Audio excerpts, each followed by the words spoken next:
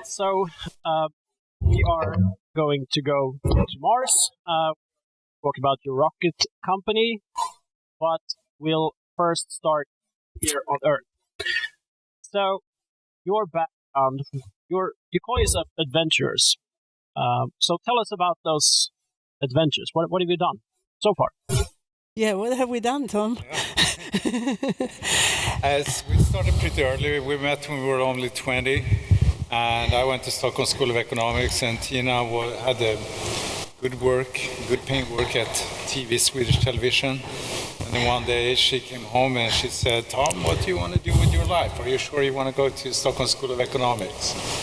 Right? Well, I told him, why, do you really want to work with what you're studying right now? And he was like, I don't think so. And I was like, well, so why do you go to that school?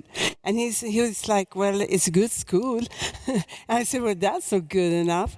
And so we decided that, we were in the fields, but we didn't know what we wanted to do with our lives. So we decided, why don't we just drop everything, go out, travel the world, and see if we find ourselves out there. And so that's what we did. And we traveled around the world. We came back home. We still didn't know what we wanted to do, but we knew that we wanted to do more. And so we started to travel further until one day we were standing at the foot of Mount Everest.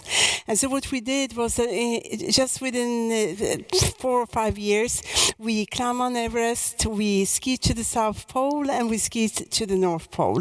And you just didn't ski to the North Pole or the South Pole, and then you waited a couple of years and skied to the other pole. You had to do it back to back, because why other? It's so easy to go just one. What we did was we tried to do it just the two of us or in a very small team.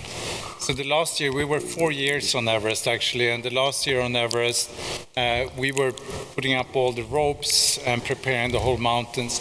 That's a job that normally takes 100 Sherpas to do. We did it on a team with less than 10 people. So that was important, Charles. We were in an independent expedition. It wasn't crazy like it is today with all the lines. And that was really important because, you learn from these things. Another thing we did on Everest, too, was that we had a Sherpa and he had a dream. He thought that he could sleep on top of Mount Everest without oxygen for 24 hours.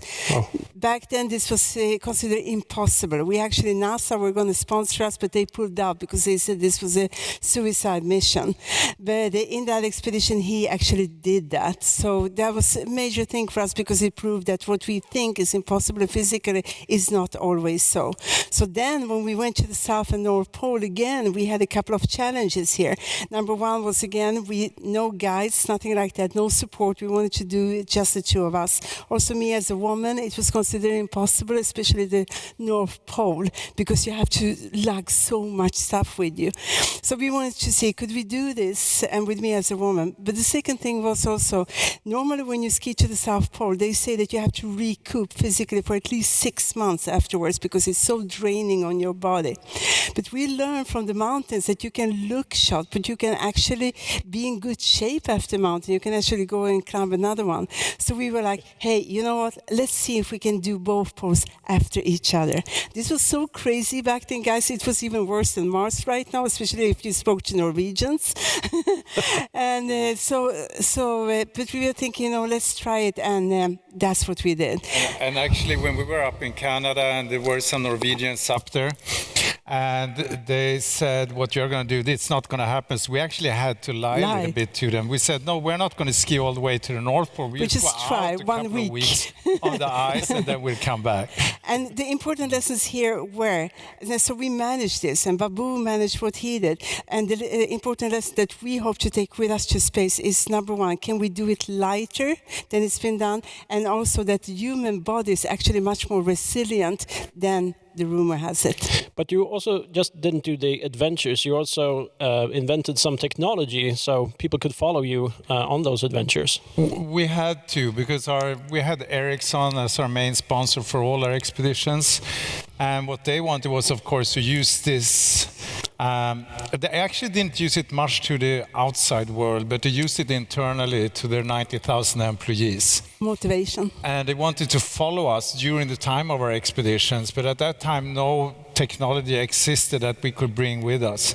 to do live videos on live pictures and updates from an expedition going to the poles. We would have needed equipment that was like 20, 25 kilos. This was before smartphones, you guys. Yeah, no iPhones. So we actually built a software and hardware package that was only 1 kilo. We got it down from 25 to 1 kilo, and we call it Contact. After Carl Sagan, the movie. And then we got, so that gave us some really cool customers, because this was for a while the only way to communicate from the wildest places in the world. And so, for instance, NASA bought this from us when they went out meteor hunting on the ice. So they could communicate from the South Pole Station, because it was all stationary, big machines. But as soon as they headed out, they had to use our stuff. And so we got military, they use it for disaster After the work. Tsunami, they used our equipment to measure the effects in Thailand. So this got us actually into this path of engineering, and especially lightweight engineering, taking big, solving problems, and then taking big structures and making them small. And now you're going to use the knowledge you gained, both from your bodies, mentally and physically, but also the technology now, the engineering that you've learned, how to build technology. Now you started a rocket company called Python Space. Tell us a little bit about that. Why a rocket company? Well, it doesn't really have that much to do with the rocket. It has to do with a new dream we got. And that was after all the expeditions, we started to become really good at doing expeditions. We thought, okay, so what's next? Is it K2? And, we saw like a path of just continue climbing and skiing and doing all that stuff that we're good on. But at the same time, Tina started to talk about... I was fine with doing He's always blaming me. Okay. On the summit of Everest, you looked up, I think. Not down like you usually do. To be honest with you, I think, so they say they have just discovered there's actually something called an adventure gene. And everybody can test for it if you go with 23andMe and these places. And this is a gene, it's called DRD47R. And this is a gene that actually was turned on in us as humanity, as a species, when we were still in Africa. And shortly after that, we started to migrate. And so this gene, apparently, only 20% of people have it. And it's the explorers, it's the entrepreneurs, and unfortunately also the criminals. and so it's called the risk gene. And so I think in a sense, and Tom and I tested for it, we both have it. So I think in a sense, space is in our DNA, to be honest. But also what happened on Everest, and this was really cool, all of a sudden, I realized when I was on top of that mountain, because, we were all looking down, but I was thinking, oh my God, this is the closest you get to space on Earth. So I looked up, and that was pretty mind-blowing to me, and the sky was pretty black. We started to think about, is it possible to go to space? And we didn't want to go to space, buying a ticket with Virgin or something like that. We want to go to real space, an expedition, and just the two of us in our own thing. But of course, we thought from the beginning, it's probably not possible. And so we started to just go to space events and talk to astronauts and scientists and rocket engineers. And we had one question we asked all of them, and it was, is it possible for humankind to go to another planet like Mars? Do we have the technology? Do we have the technology for that? And every single one of them, they said the same thing. Yes, we have it, and we had it for the last 50 60 years. Yeah. And then we said, and so we were like, so guys, okay, so... What are we doing here? What are we doing here? Yeah. And they said, we haven't gone yet because of politics. And so we figured, okay, we don't have politics. So, let's see if we can do this. So the question was, you want to talk? Yeah. Okay, just a little bit. So then we thought, let's do it the way we did expeditions. Let's go to companies like Ericsson and put together a great sponsor plan and buy engines over here, rockets over here, spaceship over here. But just starting to work into that, we understand this is not going to work. That's not the way you do it. We actually have to do it the hard way. we have to teach ourselves how to build a rocket, how to build propulsion, figure out how to go to Mars, what to eat, how to survive all this stuff. And how do you do that? How do you figure out all those things? You read a lot and you talk to a lot of people. You know what we did? We did what we call Expedition Silicon Valley. So we got the answer to the question from everybody, do we have the tools? Do we have the tech? The answer was yes. The second question, though, was, could people like us do it? And for that, we went to Silicon Valley. And that's where we actually got the tools for folks like us. Because we noticed that, the world was really changing, and it has changed.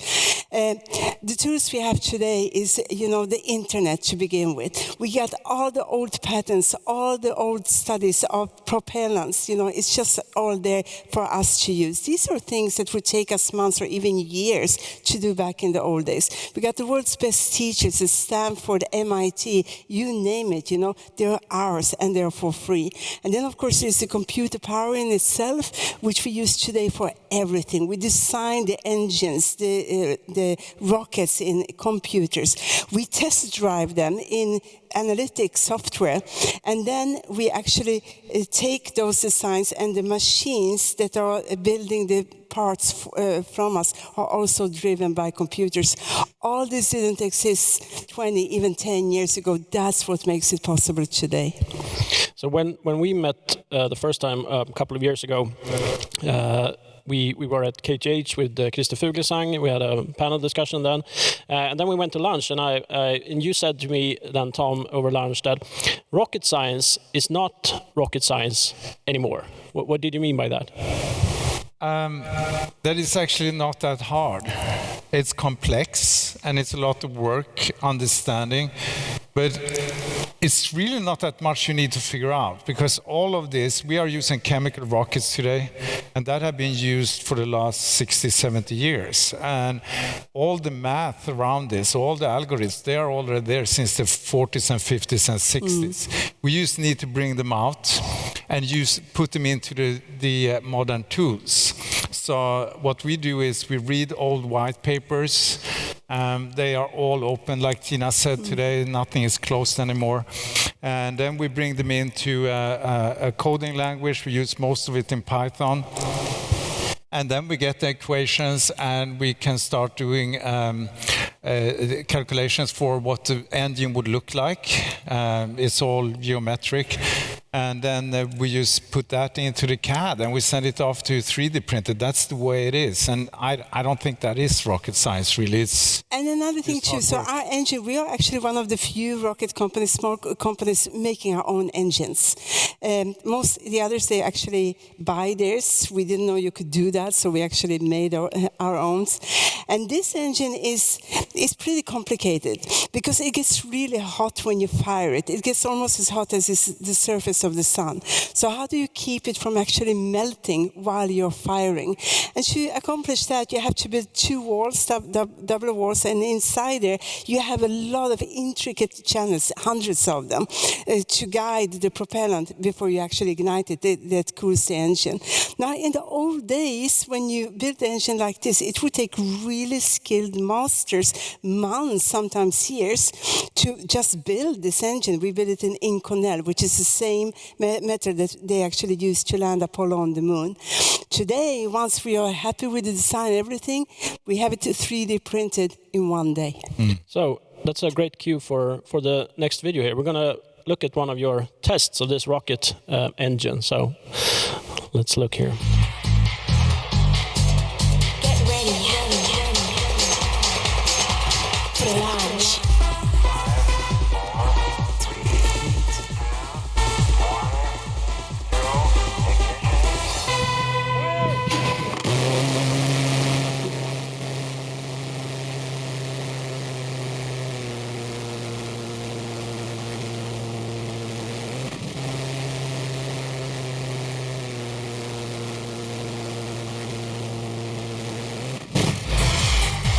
That's the afterburn right there. 2 questions now. Did it melt? And is it still there? Is it all gone? I feel awesome. It's going to be a six-pack day. That's a real six-pack day. Very impressive. So tell us a little bit about this rocket engine. You achieved a lot, more than you thought by now with this test. Mm-hmm. So after we got our first financing, we had the design was already done. We hadn't built anything, and then we started to build it, and we had it done in 9 months and 10 days. And it's a full-scale rocket engine. So that rocket engine, actually, the power of it is the equivalent of the engines of 2 Formula One race cars. So it's pretty small. It's just this big, but the temperature inside, and the temperature is really important for the speed of the thrust, is more than 3,000 degrees Celsius. The first test we did, it was kind of uncontrolled. It was all over the place, but we were super happy because it was still there. And then we did 6 more tests. One we don't talk about. Yeah, we don't talk about one of the tests. This was our last test we did this summer, and we reached. So you have a theoretical max of what your propellants can achieve at a certain pressure in the chamber. And we achieved the highest chamber pressure of any small rocket, actually twice that of all our competitors. But not only that, we also reached 90.1% of the theoretical max, which was a lot more than we hoped for. So now we just need to bring it up to 96, 97%, but we're not far away from that. All right, a very good start. Awesome. So, but that's not the only part. Then you have to have rockets to place on the rocket engine. So you're building 2 rockets, one smaller and one bigger. So tell us about those 2.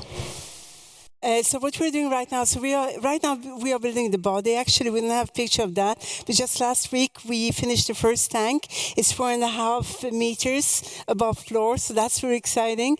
And so we are finishing that. And what we want to do within a couple of 2-3 months, we want to do a hop test. So we're going to take 3 of those engines, put them under the body, fill that with our propellant, and just go up maybe 10 meters, just to see that everything works with the propellants, with the propulsion system, and then that everything is balanced. So the first rocket is called Eiger, after the mountain, and it's 12 meters high and 1.1 meter in diameter.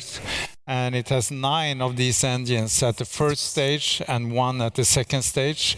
And that one will bring 150 kilo payload to space, which is about 80-90% of all the satellites today, because they have become so small. Yeah. Many people have talked about that today. And we want to build 2 of those and launch one from Alaska and one from Esrange in Sweden. Yeah, first Swedish rocket going to space. Yeah. And then the second rocket we are building is Kang. It's a bigger one. It's 30 meters high. It can take 2,000 kilo to space, and it will have the possibility to take humans to space as well. Now, so Elon Musk is building a space project where he's building a super big rocket, and he will take off from Earth, and then he will go all the way to Mars, and then he will land it on Mars, and hundreds of people will come out and do something. And then what we are doing is something completely different, and it's from our experience as explorers. We are going really, really tight and small in the beginnings. We are building for 2 people only. And Kang will go up to low Earth orbit and will fly with it 20 times. And in space, we will assemble the spaceship. From the upper parts of the rocket. From the upper parts, yeah. And then we'll take the spaceship. We go with the spaceship to Mars. We can show the video now also here in the background, some images of the ascent and the descent vehicles. But yes, yeah, and then we'll take an ascent vehicle, which is actually really small. It's even smaller than the lunar lander. How small is really small? So it's a diameter of 2.5 meters. So basically, it's going to be about like that, yeah. Yeah, about this size, and then it's going to be with the propellant tanks and everything about 4 meters high, and we have 2 of those. And the reason we don't have one is because it's going to be too heavy. because we have landed on Mars many, many times with rovers. So JPL, who have been excellent at doing this, they kind of set the standard for how you land on Mars, but they also set the limit. You can't really do it with more weight than this because there is really no atmosphere, very little atmosphere to break the landing. So it's much harder to land on Mars than on Earth. So we have a fairly small vehicle, and then we'll go down on Mars, and then we'll walk around on Mars, and then we'll I should mention also that the spaceship is actually going to stay in orbit around Mars. So we're going to go down only with those two landers, one with the provisions and the other one with us. And then we're going to use one of these also as an ascender to take us back to our spaceship, and then with that go back home. So you're going to be in this small thing for 9 months then, going there? We are explorers. The spaceship is bigger. So when we go there, it takes 9 months, and that's going to be the big spaceship. And it's just the lander we go down. What have you learned, from your earlier explorations that you can use for this trip? It's going to be, tough on your psyche and of course on your physique. I think that's the most important thing, that, we have been in really tough spots during very long times. That's going to be really useful. Again, with the physique, trusting that our bodies can take more than we actually think. This is important with radiation and brittle bones and all these things. Of course, we are researching that as well. And of course, just generally, put up with loneliness, put up with, each other during all this time. So, I think it's going to be very useful for us. The most important thing for us is something we learned from our expeditions. And we always did our expeditions the same way. We tried to figure out who were the best explorers in this area. And then we went to them, if it was in Canada or in Norway or wherever it was. And we sat down with them, bought them beer and talked to them and got the information.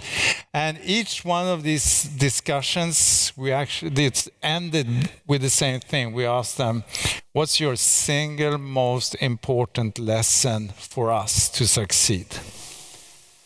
And one guy, and we got many good things, everything from eating chocolate to, fixing our skis, really well. spare I got that covered. and stuff like that, spare parts and stuff like that. But then one of the guys, and he's also the most foremost polar explorer of them all, he actually did crossings. Rune, from Antarctic and Arctic.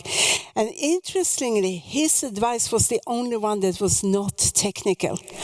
He said, he just leaned back, he lit a cigarette, he's actually a smoker, and he said, guys, say only positive things to each other. That's probably a good tip, even if you're not going to For Mars. the North Pole, that turned out the most important advice for us, and I think it's going to be very useful when we travel in space. Yeah. Okay, so now you're in your vehicle there, orbiting Mars. Where are you going to land, and what happens next? That's going to be really cool. I've been thinking about that time comes when I need to push the button to actually go down. I have no idea how that's going to feel. I don't even know how it's going to feel. Is it you that's going to push the button, not Tom? We'll see. We'll see. I mean, at some point, we're going to be actually farther away from Earth and closer to Mars. What is that going to make to us? Are we even going to be the same people? All these things. That's what's so exciting about this. But we have a geologist on our team, and we have had many discussions where to land on Mars, what would be the most interesting. And we found that landing inside the Valles Marineras, which is the huge canyon going across Mars, is 3 times the depth of Grand Canyon in the United States, and it's much, much longer. And it's a big advantage landing down there, and that is that you get more of the atmosphere to break your fall. Okay, so you found the biggest hole on Mars, and you're going to land there. Okay, that's good. So you don't make your own hole. And it's also geologically very interesting place. So we're going to land there. So this is Grand Canyon, 3 times the size of what we have here. And around us, the walls are actually 3 times the height of the Everest North Wall. So you can imagine this landscape that we're going to be in. So I think we're going to take a briefer for a while. Okay, yeah, sure. And then being explorers, we don't plan to stay in the same spot. We plan on actually start exploring. So how will you do the exploring? Will you walk around or? Yeah, by foot. And then we'll have a tent. And it has to be a double wall tent. It's going to be like a space luxury. Pressurized, yeah. It's going to be spacesuit, yeah, basically. Yeah, just like a bigger spacesuit. So, but it's things you have to think about. How do you eat? How do you get your hands inside your spacesuit when you are walking around and things like that? So we're going to have to spend a lot more time in spacesuits than normal. Or anyone that goes to Mars is going to have that problem. Are you going to stay there, or are you coming back home? No, we're coming back. We're explorers. We don't stay anywhere. So how will you come home from there? In the lander, so it doubles as our ascender. So actually, we're going to walk into the lander and then go back to the spaceship that's waiting for us in orbit around Mars. And then that spaceship we're going to take back on our return trip to Earth.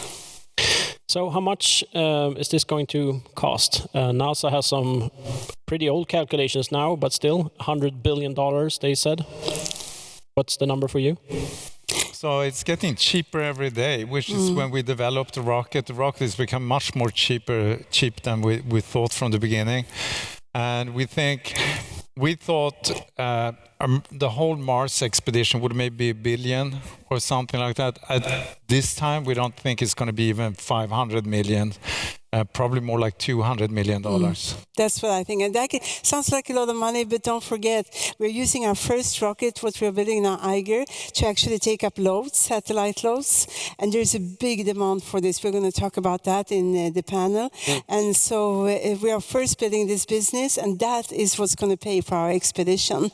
And in those circumstances, $200 million is nothing. I'm just going to take one small example. So our rocket engine, to develop a rocket engine like that 20 years ago or 10 years ago was about $1 million. We got an offer to 3D print it 2 years ago for $25,000. 3 months ago, we 3D printed it for $3,000. That's pretty good. So $200 million, of course, a lot of money, and I know you're going to make it out of the business. We're going to talk more of the business of space in a panel a little bit later.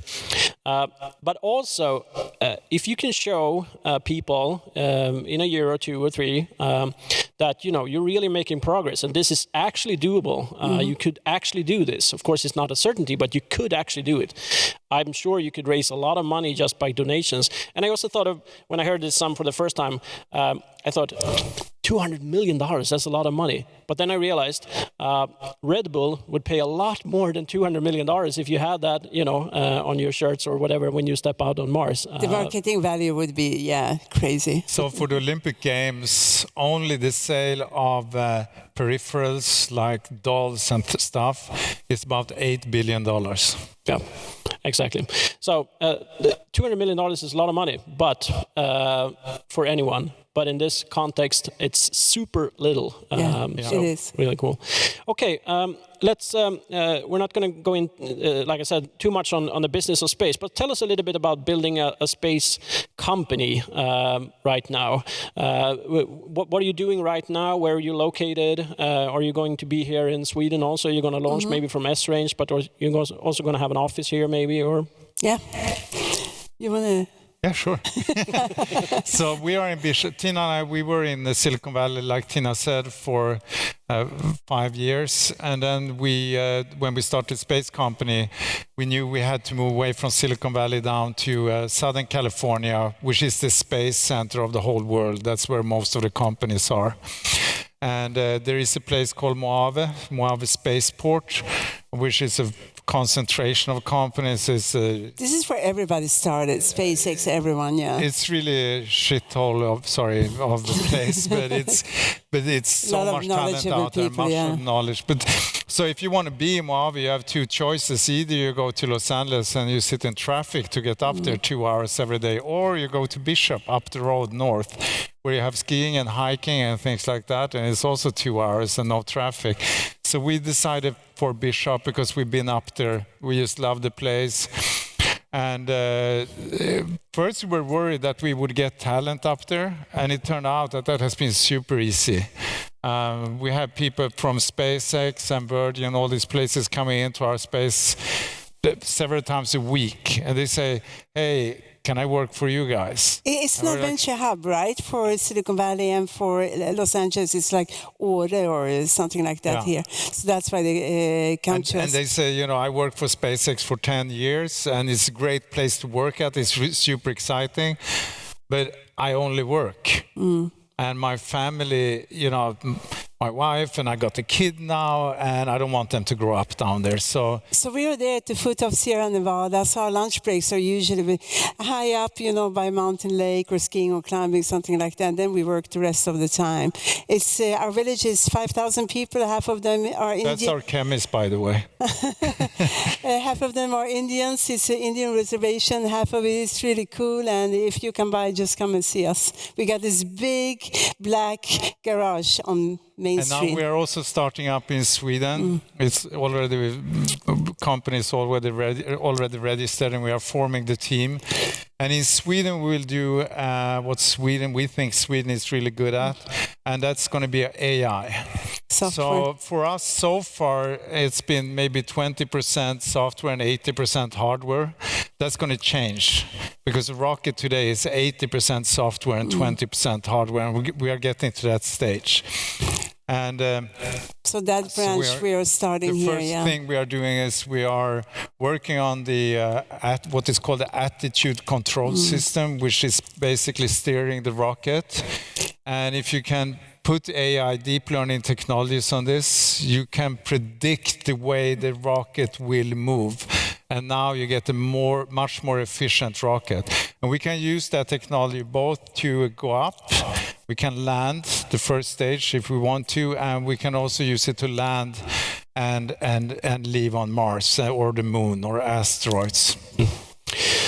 All right, I have only one final question for you. You know what it is. What year will you step out on the surface of Mars? 20, we are leaving in 2024. 2024? Yeah. What's that? That's 3 years? 3 years from now, yeah. It's been amazing knowing you for a couple of years now and following the progress you're making all the time. We're going to go a little bit more into the business of space, and we have one of your investors here. I'm going to talk about that a little bit later. But I want to end this with just wishing you, and I think I speak for everyone here, wishing you the best of luck with this, and everything we can do to help you, we're going to do that. So thank you very much, Tom and Tina, and good luck. Thanks.